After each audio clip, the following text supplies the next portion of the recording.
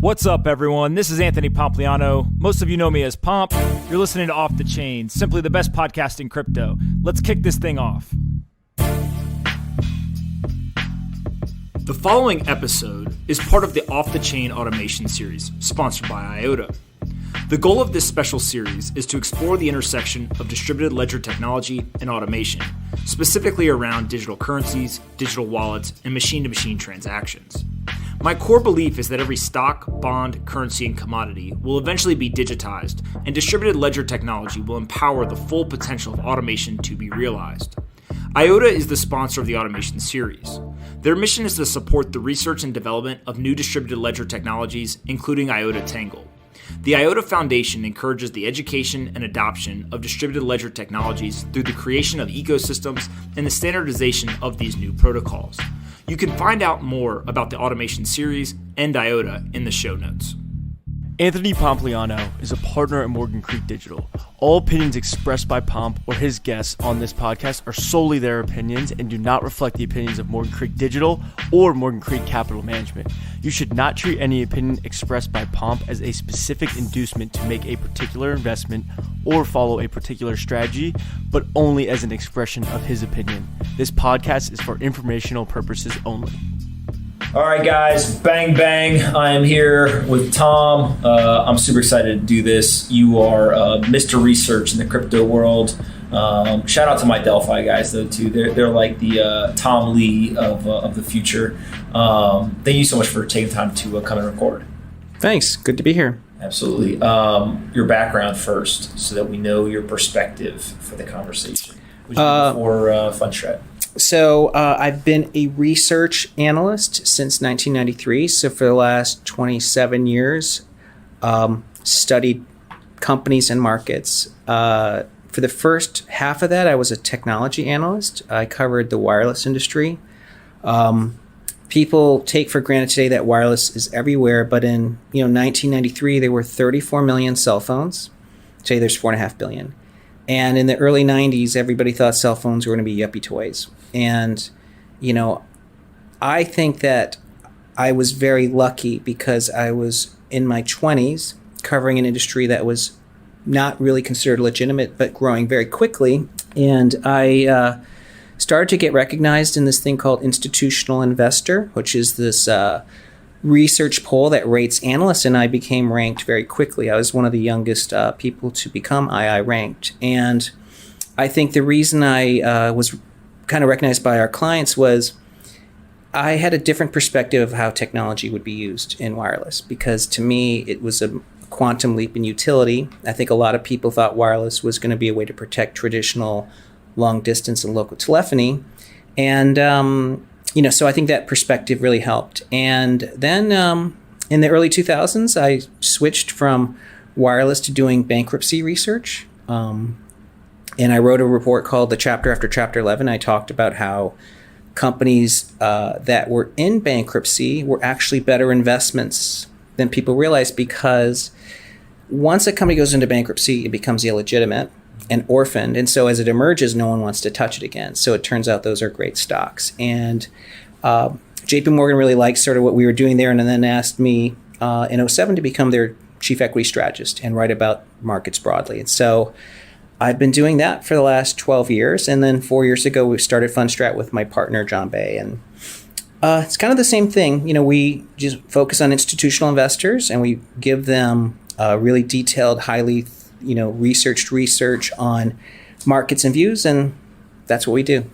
How, going from technology to equities to crypto, because you guys have started to cover crypto and very quickly become known for it, how did you originally come across Bitcoin or any of the blockchain technology?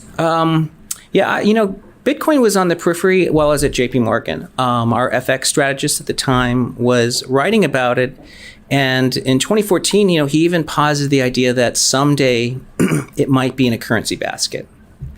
And so I think as a macro team, we used to talk about it. But at the time, it was essentially viewed as somewhat tainted, in larger organizations, because it was seen as, used for buying drugs and avoiding taxes. And so I didn't pay too much attention. But then when we started Fundstrat, we were a little more free to kind of just revisit topics. And a few years ago, we just said, let's revisit this whole idea of Bitcoin, because at the time it looks like it survived. And we wrote a piece, and it's just the idea that, look, even if you were just to make the assumption that this was just going to be digital gold, it's probably a huge risk reward. And so that was our first sort of thought and work into Bitcoin. And when was that?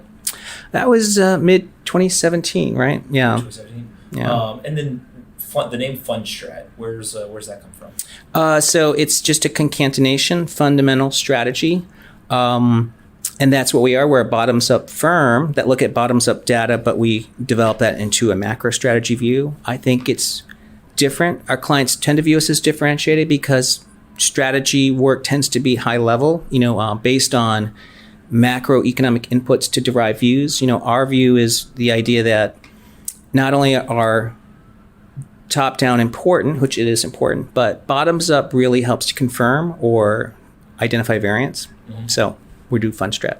Makes sense. And then just kind of from a researcher standpoint today, how do you view Bitcoin and crypto in the broader macro strategy, right? What are you seeing there? What's kind of the research led you to?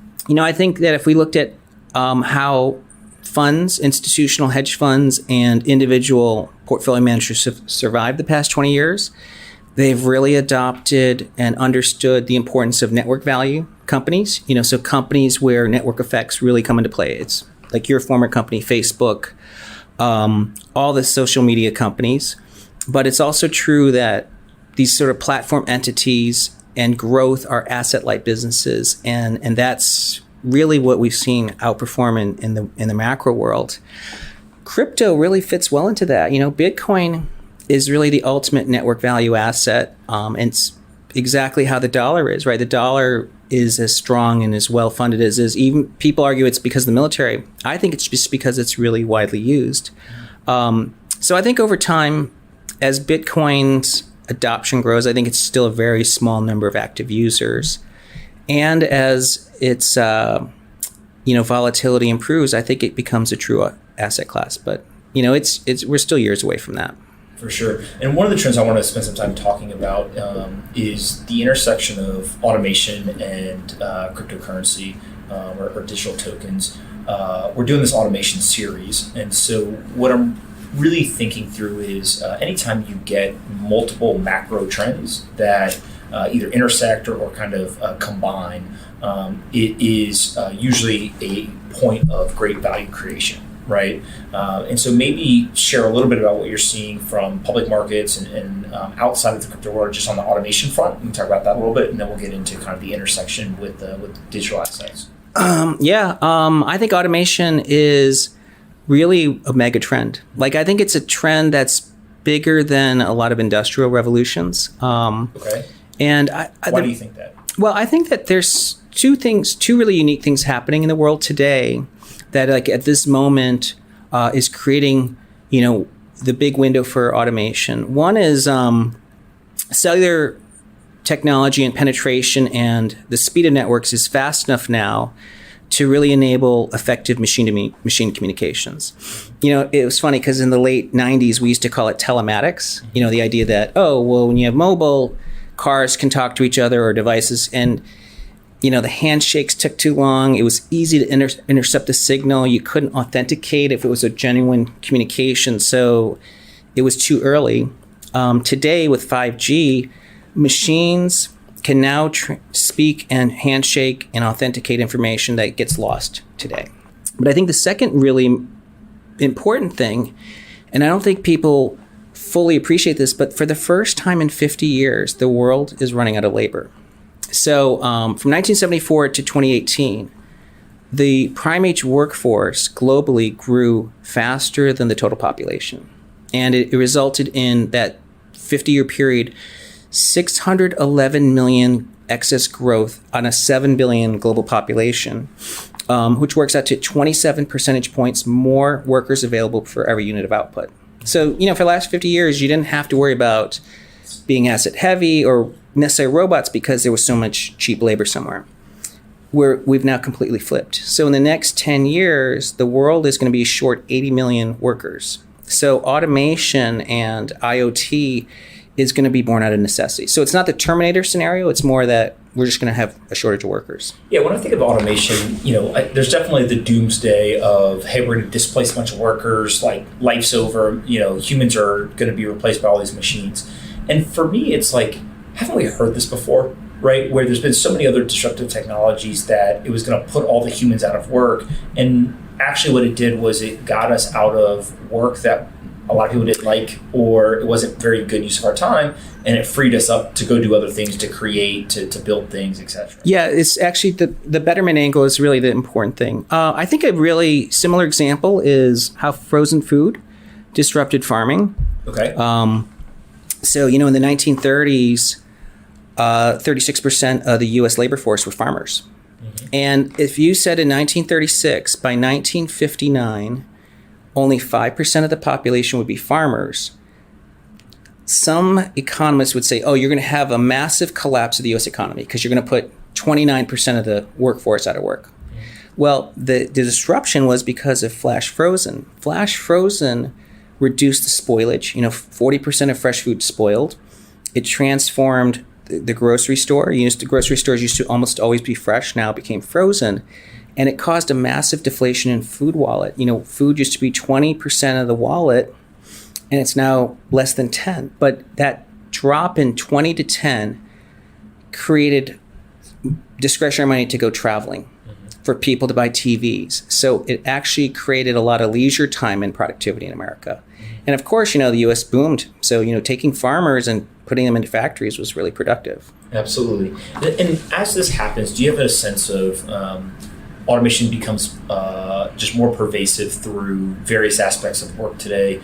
Where do the humans go next? Like, do you know what some of those kind of more frontier markets look like, or do we still need some more time to figure that out? It's a great question. I think, McKinsey had a great study a few years ago where they said, which jobs are the least likely to be automated? And it's things where there's judgment required. So making, research decisions, discoveries, managing people and robots. I think that's going to be a source of employment. I think that the other possibility is that people just have more leisure time. Mm-hmm. And look, today leisure time isn't valued because most people pursue it with maybe, not being productive. But, in 20 years, what if everyone has an extra 10 hours to study the world, make scientific discoveries, make social observations, do art? I think it could be quite beneficial to society. So it's a good question. I don't know. For sure. And the other piece of it, and I thought of a joke when you said that, is like, the machines are going to replace us. No, I'm just going to manage the machines. Right? Yeah. That's kind of what we've seen in factories, right? Before we had any sort of machinery, it was just humans doing the tasks. Then we got machines in place, and now we have people who manage those machines, and the people who got freed up went and did other things. And along your lines of where judgment is required, I think of it as judgment and or creativity. Right, so creativity is kind of a form of judgment. But if you look at all of the things that have popped up through social media, content, all these aspects, people are making real money doing this stuff, right? Yeah. You could easily see a portion of the population moving to more creative-based jobs, which are just hard for machines to do, or those judgment-based jobs that you described. Yeah, and I think it would be really useful to society. I mean, if you think about, who we really respected in past centuries, it was always artists, writers, people making discoveries. In the last 50 years, the only people that really get respected are people who make money. So I think the focus on money is, I think by nature, in a world of automation and productivity, money will be less important. Mm-hmm. Well, and so that brings me to many people who listen to the podcast know I have two core theses in this industry of crypto. And the first is that Bitcoin as a store of value is very interesting and has the potential to be one of the most disruptive pieces of technology we'll see in our lifetime. And that thesis is really driven by the idea that people will trust an algorithm more than they will trust other humans, right? At kind of its core. You see that in other aspects of your life. In the financial world, I think it's going to happen, and a store value asset with cryptographic securities is a huge piece of that. The second thesis is every stock, bond, currency, and commodity will get digitized at some point in the future. And really that thesis is built on the idea that this theme of automation, where machines are actually able to work with each other, talk to each other, get things done when you coordinate them together. Once you have the units of value, literally stocks, bonds, currencies, or commodities, and the machines can now transact with each other, right? And so that is a huge kind of inflection point for automation, because you're actually digitizing the unit of value rather than just having kind of the two participants in a transaction be digital or machinery. Yeah, I agree. And I think that, sort of overlaying all that is that it's going to be a transformation of what accounts for money. Okay, explain that. Well, today, money is really defined as a unit of account that a country would issue, right? And in the past, you could have exchanged it for hard money, for gold. Today, of course, fiat currency is now just exchanged for nothing. It's just backed by nothing. It's a belief system. Yeah, a belief system. And but when we think about digital money like Bitcoin, and it's a really brilliant execution because, as you mentioned, it's really putting trust onto the blockchain instead of saying, hey, look, trust me, this is a real dollar bill. But over time, other things are quite valuable that we don't call money. So, for instance, a reputation or authenticity is worth zero today, but we've seen how it's monetized through sponsorship. So I think things like reputation or morality or effectiveness are going to be forms of monetization, and that's really valuable because that means people don't have to worry about how many dollars they make a month. It's really how much accumulated value do they have that they could exchange for other goods and services. And yes, and even powering robots, you do want to make sure we can sort of authentically cut off and shut down a robot, especially if they get smart. Absolutely. And so when I think of this whole idea of intersecting digital tokens, money, value, et cetera, with the automated machines, the examples that I think through are there's like a scale of automation, right, or spectrum. So you have full automation, or you have like semi-autonomous or automated things.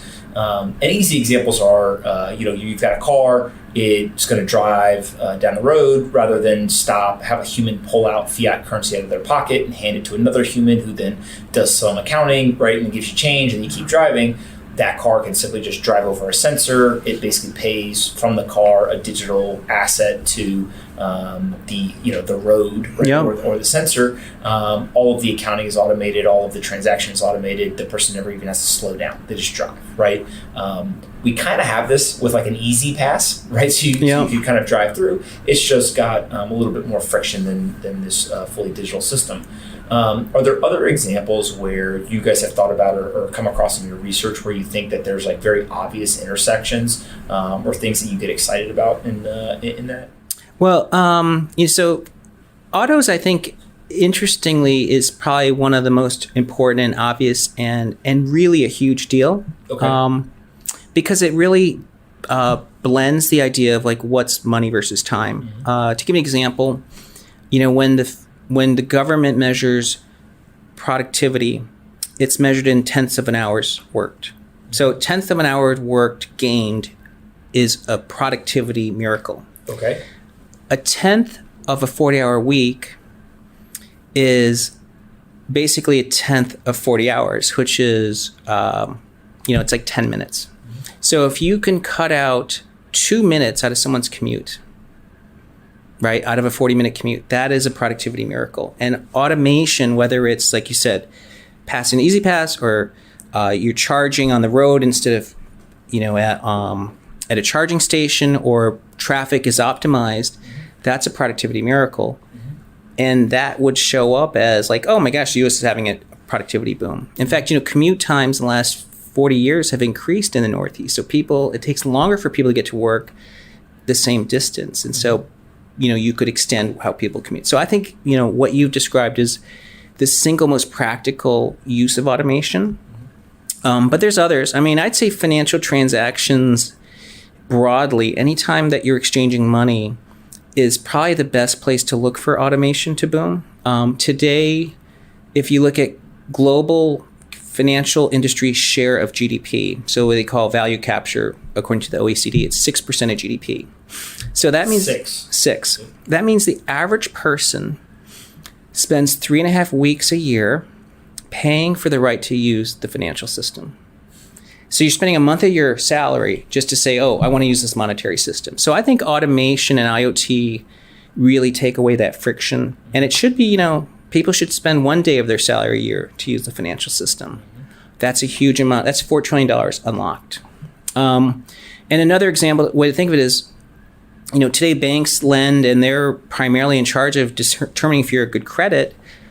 They make about $1,000 a year off each customer. Mm-hmm. Facebook and social media companies probably have a better feel for you as a credit. In fact, a cell phone company told me that one of the best predictors of credit quality of their customers who are on EIP, installment plans, is how often they let their phone battery die. So they found that the irresponsible credits are the people that let their phone battery die. So it turns out social media and all these companies can make better lending decisions, and through their ability to enter the banking system can really reduce the value capture of the financial industry. It's interesting you say that because I've seen a couple of companies that want to use phone data to actually underwrite loans, right? So very similar stuff. I want to go back to the machine-to-machine transactions for a second because, as I've thought more and more about this, I try to draw parallels to the world that exists today, right? And so if you just think of when you go to Starbucks or now even in New York City in the subway, you could take your phone, which is a machine, right, and kind of just swipe it in front of a sensor or another machine and pay for things. I then go even as far as to say, like, you can make the extrapolation of the humans are a type of machine, right? We just have some advantages over non-human. We see different energy. There's non-human machines and there's human machines, right? Yeah. But our face is now starting to act like a wallet, right? What I mean by that is if you think of the Amazon Go stores, right, where you literally walk in, the facial recognition knows who you are. They're able to link that to an account. You walk all through the store, you pick up items, and you walk out, and it charges you. Right, so your face acted as the equivalent of a wallet in that case. In all of this, I've been kind of thinking about it around the periphery, and when I originally met the guys at IOTA, and they were telling me about this like wallet inside of a car. Right, I started to think, well, if you have a wallet in your phone, right, that's a digital wallet with digital assets, you can go pay for all these things if you put that phone in front of something, and then you have a wallet inside of your car, and your car can basically pay for things. You very quickly get to a world where there's a whole bunch of machines that you and I interact with on a daily basis that could be a wallet in the future or could be a participant in a transaction, right? A sender or a receiver. And so to me, it changes the way we think about value and transactions. And I don't know where the line is. Like where is the line of reasonable expectations of the future versus 20 years ago we said we're gonna have flying cars. Mm-hmm. Right? There is some line of like what is possible and what's not. And let's say the next 10 or 20 years, where do you kind of feel is likely versus maybe some of this stuff is pipe dream stuff and unlikely to occur? Yeah, it's a great question, and IOTA is really doing some clever things because they're capturing quite a lot of information, right? So on a network like that, you not only are capturing maybe the movement of money, but really the transfer of information, and that information is generally lost. I think machine to machine really is the place where we're going to see true network effects take place, and from what's practical, I think we know it's a dream for advertisers to know, for you to exchange more information about yourself. So I think as a practical matter, one of the implications for this is that a lot of things that we do today could actually become free, or companies might even pay us for just walking around. Facebook might pay quality users money to be a subscriber, or someone who has social impact could actually be paid. As in terms of what's practical, I think wherever people feel like they gain personal time, that's going to make a difference. So, that's why I come back to the commute. I think commuting is probably the biggest loss of time for people today. If someone spends an hour commuting, that's 2 hours a day, they're awake, 12 hours. It's a huge percentage of their time that just got lost. And if How it could crazy is it going to be if you don't have to drive yourself somewhere? Yeah. Right? You literally could just get into a vehicle in your driveway and be productive, whether you want to use it to actually be productive or just entertain yourself. That's exactly for right. Time. Yeah. Right. I mean, like, that's a pretty serious inflection point in humanity's productivity, right? That they actually can do with the awake hours. That I just don't see a lot of people talking about. Yeah, and that's an incredible percentage of time. And, it can be future of, hey, it's an extension of your living room, or it could be a meeting room, or it could be a social period of time, or, there's a lot of ways that could be transformed, and that's network value. It might be interesting to see how sleep is transformed too, because, we spend 8 hours sleeping, and who knows, maybe our sleeping habits or, the hive mind of what happens in our sleep could be useful information. So, I think there's a lot of things, but I think we all have to think about, how our 24 hours a day is transformed. Mm-hmm. And so as you look further and further out into where some of this stuff is going, how much of this is sequential, right? So meaning we need X to happen first, then, Y, then Z, versus it's all going to happen kind of simultaneously, and you just kind of push innovation forward. You push progress all at the same time on these different fronts. Yeah, and wireless, because wireless used to be where a lot of R&D money was spent on, new technologies. We used to joke it's, the bleeding edge. And it's tough to be a bleeding edge company because the end user doesn't care when it actually happens. And I think that if we look at how technology gets adopted, it never gets adopted, and all of a sudden it is. So I think we'll see companies really pushing this on the edge, even some countries, and then one day it's pervasive. What any thoughts around this whole like Neuralink, kernel, the idea of taking computers, and I think about it as the mobility of computing power has gone from literally mainframes, which had no mobility, and you went to it, to then you got to bring it a little bit closer. Then you had a PC, then you got a phone, and it's just getting closer and closer to us, where it goes everywhere we go. But the ultimate end point is it's literally embedded, somewhere in your body. Right now, we're talking about the brain, but it could be anywhere. Pipe dream, likely to happen. Timeline, if you think it's going to happen. Yeah. I wouldn't be surprised if,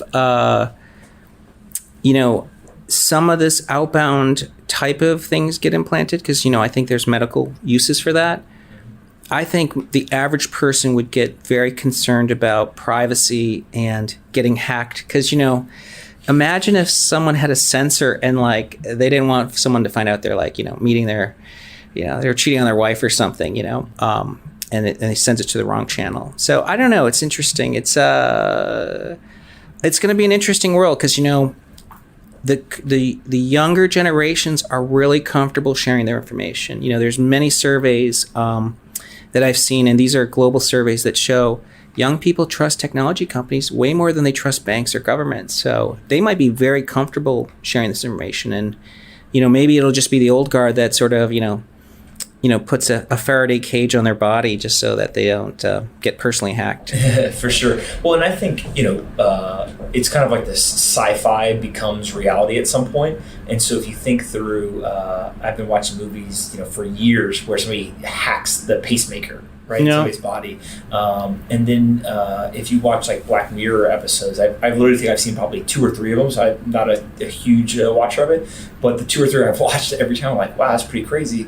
One I remember, basically your entire day is recorded, right? So your eyes are recording like a video, and then you can go home and there's a woman yelling at a guy show me the video, right? And it's literally every single thing he saw out of his own 2 eyes. That's funny. And he's got to rewind it, do all this stuff. So that's a little weird. And then the other is, I kind of even go as far as to say, if you're going to start to implant a machine into your body, and we go back to the idea that the car could be a wallet, the phone could be a wallet. Is there a day where actually just the machine that is in your body is the wallet, right? And so you actually have all of the properties of a digital wallet. It's just embedded within your body. I don't think it's happening tomorrow. But, Yeah. 20, 30, 50 years from now, it could become very interesting. I would say the majority of the listeners are going to think it's preposterous. I don't think it's that crazy. It ties into a very generalized demographic observation I'd have, which is, like when people think about retirement, Social Security is really a proxy for how you measure that, right? You get a Social Security payment. And at the time they established Social Security, and they actually began to measure this with long-term disability. So in the 1960s, they estimated the average period of time someone would receive Social Security would only be 7 years. Mm-hmm. So you'd work all your life, and then you get this check for like 7 years, and then you pass away. So at 62, and you're done by 70. Yes. And today, people can now expect to receive it for as much as 40 years, right? So in just 50 years, you've gone from receiving something from 7 years, and it's a 10% of your life, to something that's 40 years and 40% of your life. I think in the next 50 years, we have to say, how much time are people going to spend in retirement? I think it's going to be 80% of their life. I think there's a possibility people work for 10 years, and by the time they're age 30, they're retired. So one of the things that is very controversial, that I believe, is this whole answer to the UBI conversation. So universal basic income is the idea that the government will pay people some amount of money, whatever it ends up being. And I've always said that I think you can keep a lot of the same capitalistic principles that we know today, but where people will get quote unquote income or revenue is monetizing all the data they create. So if I'm sitting and you were talking about earlier, if I'm using a internet service, they could be paying me to give them my personal data or just my user data, right? What am I actually looking at? What ads did I see? What did I click on? When it comes to personal health data, right? So literally, what's my blood pressure every day? How many steps did I take today, right? What did I eat? Did my insulin go up? Did it not? Like, there's plenty of people who want that information. Your DNA information, right? You can just go down the line. Yep. There's a lot of data that you create every day. We don't think of that as quote unquote valuable, right? In terms of I can go sell it somewhere because there's no physical marketplace to show up and be like, hey, download my phone and give me money. But I do think that there's going to be these virtual marketplaces that companies will build where you will get paid for that data. And actually, you'll probably get paid a lot of money. Yeah, that's right. And, and by implication, it's creating two classes of people who are sort of providing the information and the other people who pay for it. So, there'll be a narrow group of people that actually could be quite highly paid because their influence or their archetype or their genetics are quite attractive. Makes perfect sense. I mean, if people don't believe it, think about like Dollar Shave Club. I mean, shaving takes 5 minutes or something a day, and that's $1 billion business, It's pretty crazy. Yeah, we have 24 hours a day to monetize. So absolutely.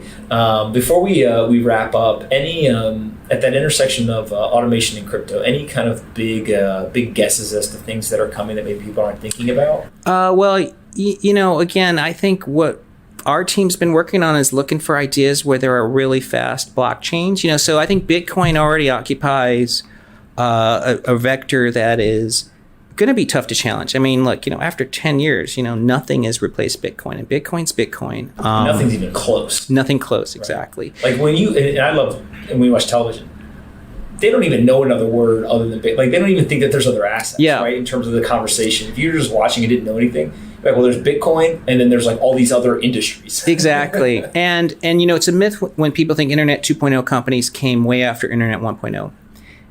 Amazon and its competitors like bookstore.com or Facebook and MySpace or Yahoo and Google, they were all founded within 12 months of each other. It's so Bitcoin likely doesn't have a competitor, but IoT's I think a huge use case for blockchains and sort of digital network effects. And we're looking at projects like IOTA's one, and there's many others. But look, I think it's a lot of opportunity in crypto, but Bitcoin is Bitcoin. Absolutely. Before I let you go, I ask every guest about aliens. Believer, non-believer? I'm a believer. Why? Well, one, I think that this is a huge universe, and I'm not surprised that there would be other civilizations. Even anybody who's biblical will know that even in the Old Testament there were non-humans, on Earth. But secondly, my brother we grew up in Michigan. He swears he's seen a UFO. When Oh, man. I didn't witness it, so not you, though. Just him. But I trust my brother. I don't think he was trying to bamboozle me. All right. I thought you were going to tell me you met an alien. Oh, no. That was going to be a big... If I have an alien and he was telling me the reveal. future, I wouldn't tell you guys, okay? I'd just be trading it for a fortune. All right, so we are not going to see you go and storm Area 51 with all these crazies on the internet. No. No, listen, man, I really appreciate it. I'm a huge fan of the research and everything you guys are doing. So thanks so much Thanks. for having It was your day to come on and talk about this stuff. Yeah, well, it's fun. Let's do it again. Hey everyone, Pomp here. If you like this episode of Off the Chain and want to help us take crypto to the top of the Apple, Spotify, and other podcast charts, please do us a favor and rate, review, and subscribe. To review, simply go to the Off the Chain homepage, scroll down until you see the 5 blank stars. Taking 15 seconds to fill those stars in and leave a quick review goes a long way in helping us take the entire crypto ecosystem to the top of the charts. I appreciate you listening and see you next time on Off the Chain.